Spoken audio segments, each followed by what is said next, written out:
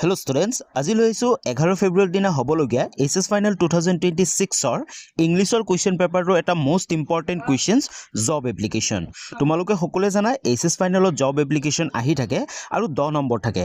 আজিৰ এই ভিডিঅ'টো সম্পূৰ্ণ চাবা। তোমালোকৰ যেনেকুৱা এক্সামত জব এপ্লিকেশ্যন নাহক, যেনেকৈ লিখিব নাহক, তোমালোকে লিখিব পাৰিবা। একেবাৰে অতি সহজতে তোমালোকে বুজি পাই যাবা কেনেকৈ জব এপ্লিকেশ্যন লিখা হয়। অতি সহজত জাষ্ট কেইটামান ফৰ্মেট, কেইটামান লাইন মনত ৰাখিব লাগে। তাৰোপৰি তোমালোকক যেনেকৈ জব এপ্লিকেশ্যন নাহক তোমালোকে ধুনীয়াকৈ লিখি আহিব পাৰিবা আৰু 10ৰ ভিতৰত 10 নম্বৰ তোমালোকে পাবলৈ সক্ষম হ'বা। আৰু যদি প্ৰথমবাৰ চেনেলটোলৈ ভিজিট কৰিছা তেতিয়াহ'লে চেনেলটো ছাবস্ক্ৰাইব কৰি বেল আইকনটো প্ৰেছ কৰি অল কৰি ৰাখিবা। আজি তোমালোকৰ কাৰণে লৈ আহিছোঁ এখন জব এপ্লিকেশ্যন, যেনেকুৱাকৈ মানে কি ইজি প্ৰচেছত মই তোমালোকক আজি শিকাব গৈ আছোঁ। চাই লোৱা এইটো বস্তুটো। এই কুৱেশ্যনটো কেনেকুৱা আছে চাই লোৱা। You are Aruna Bibek, you have seen the advertisement for the post of English teacher in model public school Guwahati. Write an application for the post in response to the advertisement. Give your biodata also'. মানে ইয়াতে তোমাক বায়'ডাটাখনো দিব কৈছে ইয়াতে। ঠিক আছে, ইয়াতে এইখন এপ্লিকেশ্যন চোৱা। ইয়াতে কি কৈছে, তোমাক ইংলিছ টিচাৰৰ কাৰণে এপ্লাই কৰিব কৈছে। ইয়াতে ইংলিছ টিচাৰৰ কাৰণে এপ্লাই নকৰিবৰ কাৰণে মানে মিনছ এই পোষ্টটো বেলেগো হ'ব পাৰে। ইয়াতে তোমাক লিখিব পাৰে for the post of political teacher, এনেকুৱাকৈ দিব পাৰে। ঠিক আছে, বা for the post of sales executive, for the post of receptionist, এনেকুৱাকৈ দিব পাৰে। এতিয়া চোৱা এইখন আমি কেনেকুৱাকৈ কৰিব লাগে, এইটো মই তোমাক দেখাই আছোঁ। কেনেকুৱাকৈ লিখিব লাগে চোৱা। টু দ্য প্ৰিন্সিপাল, তাৰপিছত যিটো স্কুলৰ নাম দিছে ইয়াতে মডেল পাব্লিক স্কুল গুৱাহাটী মই লিখিলোঁ। তাৰপিছত তোমাক চোৱা কামৰূপ, আমাৰ যিটো গুৱাহাটী কামৰূপ ডিষ্ট্ৰিক্টটো লিখি দিবা। তাৰপিছত ডেটটো তোমাৰ কাৰেণ্ট ডেটটো তোমালোকে দিবা। ইয়াতে মই লিখি দিছোঁ প্ৰেজেণ্ট ডেট, মানে যিটো ডেটত তুমি এক্সামটো দি আছা সেইদিনাখনৰ ডেটটো দিবা। এইটো কি হ'ব তোমাৰ 03/2026। এইটো ফৰ্মেটটো তোমালোকে বেলেগকৈও লিখিব পাৰা। ডিফাৰেণ্ট ফৰ্মেটৰ ডেট লিখিব পৰা যায়, তো বেলেগ ফৰ্মেটত লিখিব পাৰা। এইটো ইজিকৈ মই এতিয়া তোমাক দেখাই দিছোঁ। এইটো এনেকুৱাকৈ লিখিলেও তোমাৰ কোনো প্ৰব্লেম নাই, লিখিব পাৰা তোমালোকে। এতিয়া চাবা তোমালোকে ইয়াৰ নেক্সটটো কি আছে, বহুত ইম্পৰ্টেণ্ট, চাই ল'বা ভালদৰে। ছাবজেক্টটোত বহুতে মিষ্টেক কৰি দিয়ে। ছাবজেক্টটো যেনেকুৱাই হওক, subject application for the post of an English teacher. ইয়াতে চোৱা, এই ইংলিছ টিচাৰৰ ঠাইত যদি পোষ্টটো যদি বেলেগ থাকে, সেইটো পোষ্টৰ নাম লিখিব লাগিব। ইকনমিক টিচাৰ, পলিটিকেল টিচাৰ বা চেলছ এক্সিকিউটিভ। বাকীখিনি চোৱা, এইখিনি ভালদৰে মুখস্থ কৰি যাবা তোমালোকে। Application for the post of an বা পোষ্ট অফ এ, এইখিনি ভালদৰে চাই ল'ব। ইয়াতে ইংলিছ আছে কাৰণে ইয়াতে এন লগোৱা হৈছে। Application for the post of, এইখিনি ভালদৰে মুখস্থ কৰি যাবা তোমালোকে। ঠিক আছে, নেক্সটটো চাই ল'বা। ইয়াতে কি আছে তোমাৰ, যেনেকুৱাই হওক এই ছাবজেক্টটো ভালদৰে মুখস্থ কৰি যাব। নেক্সটটো তোমালোকে চাবা কি লিখিব লাগিব। চেলুটেশ্যনত লিখিব তুমি ছাৰ। ইয়াৰ পিছত তুমি যাবা ইন্ট্ৰডাকশ্যনটো কেনেকৈ হ'ব। In response to your advertisement, যিহেতু ইয়াতে অলৰেডি আমাৰ কুৱেশ্যনটোতো চাই ল'বা তোমালোকে। এডভাৰটাইজমেণ্টৰ কথাই লিখা আছে ইয়াতে। চোৱা ইয়াতে এডভাৰটাইজমেণ্টৰ কথাই লিখা আছে, হয়নে? ইয়াতে এডভাৰটাইজমেণ্টৰ কথা কোৱা আছে ইয়াতে।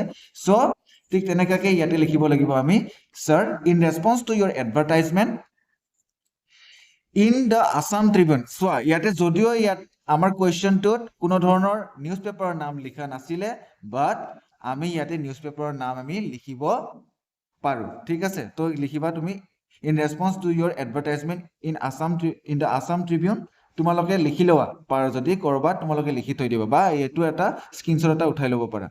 আছাম ট্ৰিবিউন ডেটেড, আৰু ডেটটো চোৱা, এইটো যেনেকৈ আগৰটো যেনেকৈ আমি কিহৰ ডেট লৈছিলোঁ, এইটো প্ৰেজেণ্ট ডেটটো লৈছিলোঁ। তোমালোকে এটা প্ৰিভিয়াছ ডেট এটা ল'ব লাগিব। ফেব্ৰুৱাৰী চলি আছে, ইয়াতে আমি জানুৱাৰী ডেট এটা লৈ ল'ম। ঠিক আছে, প্ৰিভিয়াছ ডেট এটা ল'বা। মই ইয়াতে লিখি দিছোঁ প্ৰিভিয়াছ ডেট বুলি লিখি দিছোঁ। তো আমি এটা প্ৰিভিয়াছ ডেট এটা লৈ ল'ম, জানুৱাৰী ডেট এটা। তোমালোকে শেষৰ ফালে তোমালোকে লৈ ল'ব পাৰা 30 তাৰিখ ল'ব পাৰা, তোমালোকে 28 ল'ব পাৰা, এনেকৈ 28 জান 2026 এনেকৈ লৈ ল'ব পাৰা। ঠিক আছে, এইটো মনত ৰাখিবা। মই লিখি দিছোঁ লাগে 28/01/2026 মই লিখি দিছোঁ ইয়াতে। ঠিক আছে, চোৱা এই লাইনটো যিটো দিছোঁ, এই লাইনটো তোমালোকে মুখস্থ কৰি ল'ব পাৰা। ঠিক আছে, যিকোনো এপ্লিকেশ্যন, জব এপ্লিকেশ্যনেই হওক, এই লাইনটো তোমালোকে একেবাৰে মুখস্থ কৰি ল'ব পাৰা, কোনো প্ৰব্লেম নাই। ঠিক আছে, যেনেকৈ যি হওক, খালি ডেটটো ইয়াতে অকল চেঞ্জ হ'ব, বাকী একো নাই। তোমালোকে যেনেকুৱাই এপ্লিকেশ্যন আহক কিয় তোমালোকে লিখি ল'ব পাৰা। ঠিক আছে, for the post of an English teacher. চোৱা মই অলৰেডি কৈছোঁ, পোষ্টটো যি থাকিব সেইটো খালি লিখিব, বাকী এইখিনি তোমালোকে ছেম হ'ব। ঠিক আছে, for the post of an English টিচাৰৰ ঠাইত আমি লিখিব পাৰোঁ for the post of political teacher. ঠিক আছে, for the post of economic teacher, for the post of a receptionist, for the post of a sales executive। তোমালোকে ইয়াতে সেই হিচাপত তোমালোকৰ পোষ্টটো লিখি ল'ব পাৰিবা। ঠিক আছে, ইন ইয়ৰ এই লাইনটো চোৱা ইন ইয়ৰ ৰিনোন স্কুল অৰ যদি চোৱা যদি এটা হোটেলত ৱেটাৰৰ কাৰণে এপ্লাই কৰি আছা তেতিয়া কি লিখিবা অৰ্গেনাইজেশ্যন যদি তুমি এটা ইনষ্টিটিউশ্যনত এপ্লাই কৰি আছা তেতিয়াহ'লে ইনষ্টিটিউশ্যন বুলি লিখিবা ঠিক আছে যেহেতু আমি ইয়াতে স্কুলত এপ্লাই কৰি আছো ৰিনোন স্কুল বুলি এই লাইনটো চবতে কাটি যাব কোনো প্ৰব্লেমে নাই ঠিক আছে এতিয়া নেক্সট যাওঁ আমি আই উইচ টু অফাৰ মাই কেণ্ডিডেটশ্বিপ এই লাইনটো পুৰা লিখি যাবা মনত কৰি ল'বা তো ডেট মিনছ তোমাৰ এইখিনি পুৰা মনত কৰি ল'ব পাৰা তোমালোকৰ কোনো প্ৰব্লেম নাই যেনেকুৱাই আহক কিয় খালি এইটো খালি চেঞ্জ হ'ব এই পাৰ্টটো এণ্ড ইংলিছ টিচাৰৰ ঠাইত আমি বেলেগ লিখিব লাগিব পাৰে ঠিক আছে এতিয়া চাবা নেক্সট পাৰ্টটো চাবা ইয়াতে বহুতে ভুল কৰাৰ চান্স থাকে মই সেইকাৰণে বেলেগ কেটেগৰীৰ কাৰণে বেলেগ পষ্টৰ কাৰণে বেলেগ মই লাইনটো লিখি কিনে লৈ আহিছোঁ চ' তোমালোকে ভালদৰে এইটো লিখি লোৱা বা তুমি ক'ৰবাত নোট ডাউন কৰি লোৱা বা স্ক্ৰীনশ্বট লৈ লোৱা তোমালোকে ইয়াৰে চ' যিহেতু আমি ইয়াতে ইংলিছ টিচাৰৰ কাৰণে এপ্লাই কৰি আছোঁ তো আমি এনেকৈ লিখিম I have completed my graduation in এনেকৈ লিখিব পাৰোঁ ইন ইংলিছ বা আমি এনেকৈ লিখিব পাৰোঁ I have completed my graduation in political science এনেকৈ লিখিব পাৰোঁ বা আমি এনেকৈ লিখিব পাৰোঁ I have completed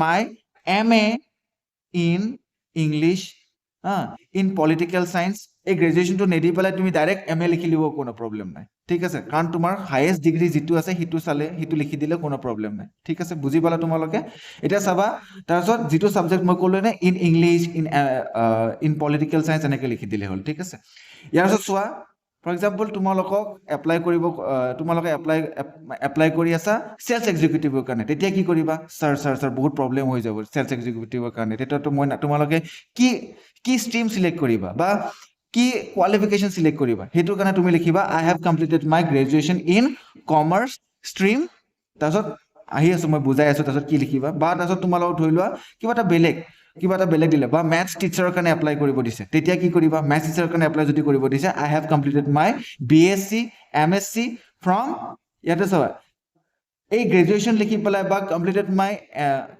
my MA ছাবজেক্টটো মেনশ্যন কৰি পেলাই তাৰপিছত তুমি কি কৰিবা ফ্ৰম বি বৰুৱা কলেজ কোনখন কলেজৰ পৰা তুমি কমপ্লিট কৰিছা সেইটো লিখিবা from B Borooah college I have তাৰপিছত ফুল ষ্টপ দিবা তাৰপিছত তুমি লিখিবা I am hard working punctual and honest এইটো চবতে তোমালোকে লাইনটো কাটি যাব এইকেইটা তোমালোকে চাই ল'বা ভালদৰে একবাৰ মই সেইকাৰণে বেলেগ কৰি লিখিয়ে দিছোঁ তোমাক ঠিক আছে এতিয়া চোৱা তাৰ নেক্সট যিটো পেৰাগ্ৰাফ কি লিখিবা এইখিনিলৈকে হৈ গ'ল তোমালোকে অনেষ্ট হৈ গ'ল ফুল ষ্টপ দি দিবা তাৰপিছত তুমি লিখিবা please find enclosed my biodata for the said purpose full stop দিবা তাৰপিছত লিখিবা if given a chance to serve comma I assure you that I shall work with utmost sincerity and dedication up to your satisfaction হৈ গ'ল আমাৰ ইয়াতে আমাৰ job এপ্লিকেশ্যনখন সমাপ্ত হৈ গ'ল এই লাইনটো ভালদৰে চাই ল'বা যিকোনো পষ্টৰ কাৰণে তুমি এপ্লাই কৰি আছা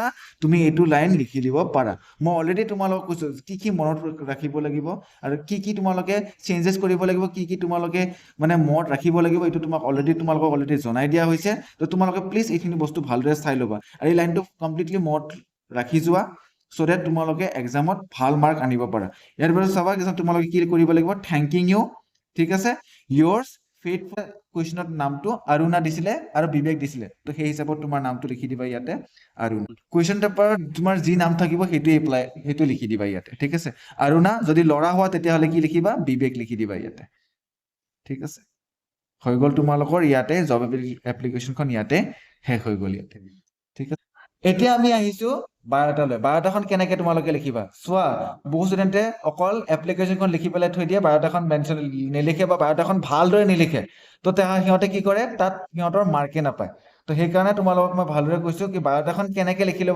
লিখিব লাগে চাই লোৱা ঠিক আছে এই বায়োডাটাখন অলপমান বেলেগ হয় ইয়াতে যিখন বায়োডাটাখন মোৰ ইয়াতে লিখা আছে তো তোমালোকে কেনেকুৱাকৈ বায়োডাটাখন লিখিবা এবাৰ মই দেখাই দিছোঁ তোমালোকক বায়োডাটাখন লিখাৰ আগতে ধুনীয়াকৈ তোমালোকে ইয়াতে বৰ্ডাৰ ধুনীয়াকৈ দি দিবা দেই কিহেৰে দিবা স্কেল ইউজ কৰিবা স্কেলেৰে ইউজ কৰিবা অলপমান পৰিপাটি হ'ব লাগিব তেতিয়াহে তোমাৰ ভাল মাৰ্ক দিব এক্সামিনাৰে ঠিক আছে তো তোমালোকে ধুনীয়াকৈ ইয়াতে বৰ্ডাৰ তোমালোকে দি ল'বা ক্লজিং বৰ্ডাৰটো দিব নালাগে জাষ্ট বৰ্ডাৰটো আগতে বনাই ল'বা স্কেলেৰে তাৰপিছত য'ত তুমি বায়োডাটা বুলি লিখিবা তাৰ ওপৰতো এনেকুৱাকৈ বায়োডাটা বুলি ডাঙৰেৰে কেপিটেলে লিখিবা ডাঙৰ কৰি দা অলপ ধুনীয়াকৈ লিখিছোঁ মই অলপ হেণ্ড ৰাইটিংটো বেয়া হয় অলপমান বেয়া নাপাবা তাৰ কাৰণে তো এতিয়া চাই লওঁ ইয়াতে তাৰপিছত এনেকুৱাকৈ দি দিবা তোমালোকে এটা মাজেদি এটা মাৰ্জিন এটা টানি দিবা তোমালোকে তাৰপিছত ইয়াতে কি আছে চোৱা নেম তোমাৰ নামটো দিব কৈছে এতিয়া father's name date of birth address তোমালোকে সেই হিচাপত তোমালোকে নেম ধৰি লওক মই এটা জাষ্ট দেখাই দিছোঁ এটা মই দেখাই দিছোঁ তোমালোকেতো গম পাইছাই চাগে কেনেকুৱাকৈ আছে তো নেম দি পেলাই নেম দিলা নেমটো দি পেলাই ফাদাৰ্ছ নেম দিবা তোমালোকে এনেকুৱাকৈ পাৰিলে তোমালোকে এনেকুৱাকৈ ডিভাইড কৰি দি দিব পাৰে ইয়াতে ভাঙি পেলাই দিব পাৰা তেতিয়া আৰু বেছি ভাল লাগে ঠিক আছে আৰু তোমালোকে পাৰা যদি কেপিটেলত লিখি দিলে বেছি ভাল হয় এইখিনি পাৰিলে কেপিটেলত থবা এইটো চাইডৰখিনি হেডিংখিনি তোমালোকে যেনেকৈ name father's name DOB address এইখিনি কেপিটেলত থ'ব ট্ৰাই কৰিবা এইটো দেখিবলৈ তেতিয়া ভাল লাগে ঠিক আছে ফাদাৰ্ছ নেম আমি গ'লোঁ এনেকুৱাকৈ মই আৰু বেছি লেণ্ডি নকৰোঁ বেছি তোমালোকৰ দীঘল নকৰোঁ তো তোমালোকে প্ৰচেছটো তোমালোকে গম পাইছা তেনেকুৱাকৈ মাজে মাজে ডিভাইড দি পেলাই গৈ থাকা এড্ৰেছটো দেখিবা তাৰপিছত দি পেলাই মেৰিচিয়েল ষ্টেটাছ এডুকেশ্যনেল কোৱালিফিকেশ্যনটো কি কৰিছা ফৰ এক্সাম্পল ইয়াতে আছে BA ইন পলিটিকেল চায়েন্স তো আমিতো কি কৰিছিলোঁ আমিতো ইংলিছৰ কাৰণে এপ্লাই কৰিছিলোঁ তো BA ইন ইংলিছ তো এনেকৈ লিখিবা MA ইন ইংলিছ এনেকৈ দিব পাৰা আৰু তোমালোকৰ যদি এক্সট্ৰা কোৱালিফিকেশ্যন আছে সেইটো তোমালোকে মেনশ্যন কৰিব পাৰা আমি থাৰ্ড পইণ্টটো থৈ দিছোঁ B.Ed বুলি থৈ দিছোঁ ঠিক আছে তাৰপিছত এতিয়া তোমালোকে কি কৰিবা এক্সপিৰিয়েঞ্চ তো এক্সপিৰিয়েঞ্চৰ কাৰণে তোমালোকে ইয়াতে লিখিব পাৰা 4 ইয়াৰ ইয়াতে লিখা আছে তোমালোকে 1 ইয়াৰ দিব পাৰা 2 ইয়াৰ দিব পাৰা এইটো তোমাৰ ওপৰত কথা লেংগুৱেজ কি জানা চ' তোমালোকে এটা কথা মনত ৰাখিবা বায়োডাটাখন যিমানেই ডিটেইল আৰু আনকমন হ'ব সিমানে তোমালোকে ভাল মাৰ্ক পোৱাৰ চান্সেছ থাকে ঠিক আছে এটা সব ইয়াত তোমালোকে কি লিখিবা লেংগুৱেজ নোট ইংলিছ লিখিবা হিন্দী দিবা আছামিজ দিবা যদি বেংগলী জানা বেংগলীটো দিবা তো ভালদৰে গোটেইখিনি বস্তু ডিটেইলছত মেনশ্যন কৰিবা এক্সপেক্টেড চেলাৰী যদি দিব বিচাৰা এক্সপেক্টেড চেলাৰীটো দিব পাৰা 30,000 বুলি দিলোঁ মই ইয়াতে দিয়া আছে ইয়াতে কণ্টেক্ট নাম্বাৰটো এইটো অপশ্যনেল হয় মেণ্ডেটৰী নহয় যদি দিব পাৰা যিকোনো এনেকুৱাকৈ 888 তেনেকৈ দিব পাৰা ঠিক আছে তাৰপিছত তোমালোকে কি কৰিবা ৰেফাৰেঞ্চেছ এইটো চবতকৈ ইম্পৰ্টেণ্ট বহুত ষ্টুডেণ্টে ৰেফাৰেঞ্চেছ নিদিয়ে ইয়াতে চ' ইয়াতে দিবা ৰেফাৰেঞ্চেছ যিকোনো এজন মানুহৰ নাম এটা লিখি দিব পাৰা ইয়াতে যদি কোনোবা এটা মানে ৰিনাউণ্ড পাৰ্চনৰ নাম যদি জানা ইয়াতে নাম এটা দি দিবা যেনেকৈ ইয়াতে লিখা আছে প্ৰফেচাৰ গীতা দাস গুৱাহাটী ইউনিভাৰ্চিটি বুলি দিব পাৰিবা ঠিক আছে এনেকুৱাকৈ হৈ গ'ল তোমালোকৰ এইটো তো ইয়াতে ক্লাছত গোটেইখিনি কথা লিখা হোৱাৰ পাছত তোমালোকে ক্ল'জ কৰি দিবা ধুনীয়াকৈ বৰ্ডাৰটো ঠিক আছে আৰু এটা কথা তোমালোকক তেতিয়া মেনশ্যন কৰিব মই কৰা নাছিলোঁ যিহেতু তোমালোকে ইউ মাইট গেট কনফিউজ যদি মই মাজতে যদি কথাখিনি যদি মই বুজাই দিওঁ তো এটা কথা মনত ৰাখিবা যে তোমালোকে লেটাৰখন যেতিয়া লিখি আছা জব লেটাৰখন এই গোটেইখিনি প্ৰচেছ যেতিয়া মই লিখি আছোঁ তোমালোকে এটা কাম কৰিব পাৰা বি বৰুৱা কলেজ এনেকৈ লিখা হোৱাৰ পাছত এই কলেজৰ তোমালোকৰ এডুকেশ্যন কোৱালিফিকেশ্যনখিনি মেনশ্যন কৰা হোৱাৰ পাছত ইয়াৰ মাজতে তোমালোকে যদি থাকে কেতিয়াবা কি হয় কুৱেশ্যন পেপাৰত মানে কুৱেশ্যনটোত মানে তোমাৰ এক্সপিৰিয়েঞ্চ মেনশ্যন কৰিব ক'ব পাৰে ঠিক আছে যদি এক্সপিৰিয়েঞ্চ মেনশ্যন কৰিব কয় তেতিয়াহ'লে এনেকুৱাকৈ দিবা বি বৰুৱা কলেজ মানে কলেজৰ নামটো শেষ হোৱাৰ পিছত তুমি এইটো কাম কৰিবা I work as an English teacher at Holy Cross Academy Khanapara for 1 year এই লাইনটো মুখস্থ কৰি যাব পাৰা চোৱা এইটো 1 year এক্সপিৰিয়েঞ্চ দিব পাৰে তো তোমালোকে ইয়াতে যিহেতু মই স্কুলৰ টিচাৰৰ কাৰণে এপ্লাই কৰিছোঁ সেইকাৰণে ইয়াতে একাডেমিৰ নামটো দিছোঁ ইয়াতে ঠিক আছে যদি তোমালোকে স্কেলছ এক্সিকিউটিভৰ কাৰণে তুমি যদি এপ্লাই কৰি আছা চেলছ এক্সিকিউটিভৰ কাৰণে তেতিয়াহ'লে যিকোনো কোম্পানীৰ নাম তুমি দি দিব পাৰা আৰু কোম্পানীৰ নাম এনেকৈ লিখিবা XML PVT LTD মানে XML প্ৰাইভেট লিমিটেড ঠিক আছে এনেকুৱাকৈ যদি চেলছ এক্সিকিউটিভৰ কাৰণে এপ্লাই কৰিছে তেনেকৈ লিখিব পাৰা ঠিক আছে বা তোমালোকে যদি ৰিচেপশ্যনিষ্টৰ কাৰণে এপ্লাই কৰি আছা তেতিয়াও তুমি যিকোনো এনেকুৱাকৈ প্ৰাইভেট কোম্পানীৰ নাম তোমালোকে দিব পাৰা ঠিক আছে এই লাইনটো মনত ৰাখি যাবা I work as a English teacher at Holy Cross Academy Khanapara for 1 year যিহেতু এপ্লাই কৰিছিলোঁ মই ইংলিছ টিচাৰৰ কাৰণে ঠিক আছে যদি বেলেগ কিবা যদি আছে তো তোমালোকে I work as a sales executive at XML private limited Khanapara for 1 year হৈ গ'ল তোমালোকে বুজি পালা চ' আশা কৰিছোঁ তোমালোকে বুজি পাইছা থেংক ইউ আৰু এটা কাম কৰিবা তোমালোকে ভিডিঅ'টো যদি চাই ভাল পাইছে তেতিয়াহ'লে এটা লাইক কৰিব নাপাহৰিবা ঠিক আছে আৰু ছাবস্ক্ৰাইব কৰি দিবা চেনেলটো আৰু কমেণ্টত জনাবা কেনেকুৱা হৈছে যিহেতু মই ইয়াতে ফাৰ্ষ্ট টাইম কৰি আছোঁ ঠিক আছে